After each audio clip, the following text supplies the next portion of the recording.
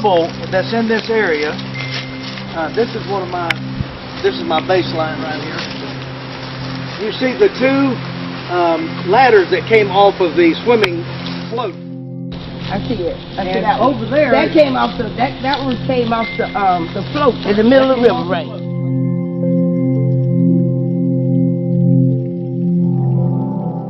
I guess my most predominant memory for Paradise Park is simply growing up here, coming in every day, at the peace, the silence. For me, it was truly a place for me like paradise.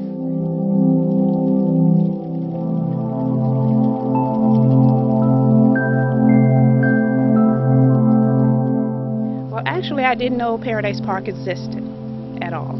So the picture was my inspiration. However, when trying to determine where the park was located, I looked for it, but I did not know where it was. So I started asking individuals from my community, and Barbara Washington was one of the individuals who told me how to get to Paradise Park. Yeah, I can tell you from the beginning to the ending. When I started here, it wasn't that much going. It wasn't two things going. That was Silver Spring and Cypress Garden.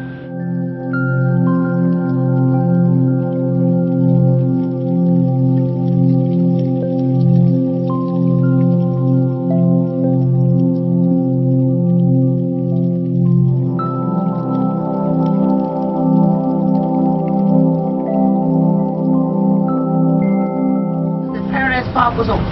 Not one time, no families, it would be thousands and thousands and thousands of people out here. Right. Trucks and buses from all over, everywhere. Well, the safe haven part had to do with the fact that this was a time of segregation. And we were in the South. And a lot of people, a lot of blacks had nowhere to go to be safe, to have fun, because they couldn't integrate. Right here at Paradise Park, at least you came and you had fun. Now, at the same time, if I lived in Ocala, born and raised here, when I was to go downtown, in order to go to J.C. Penney's that was downtown, we had to go through the back door. And we had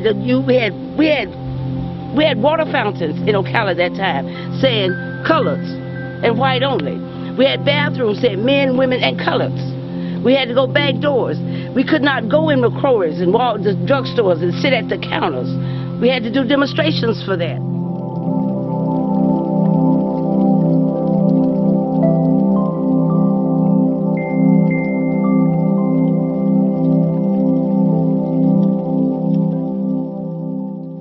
The story of Paradise Park must be included in Silver Springs State Park's history, because it's a part of the history.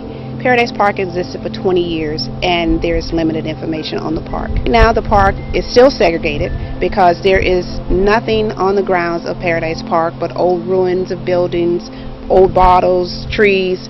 The area is just unkept. But the area was supposed to be integrated with Silver Springs. However, it wasn't. The guests from Paradise Park was assimilated to Silver Spring, which they lost their culture, their history at Paradise Park, and you don't hear anything about Paradise Park at all. The schools teach Florida history. However, they teach about Silver Springs and state parks, but you don't hear anything about Paradise Park. Paradise Park was a part of Silver Springs, and it must be included in Florida history as teachers are teaching it. It's important that we put a book on every shelf so educators will know that Paradise Park was a part of Silver Springs, and it was not just a separate section of Silver Springs. It was owned by the same individuals. The park was a part of the history. It must be included just as well as our Native Americans.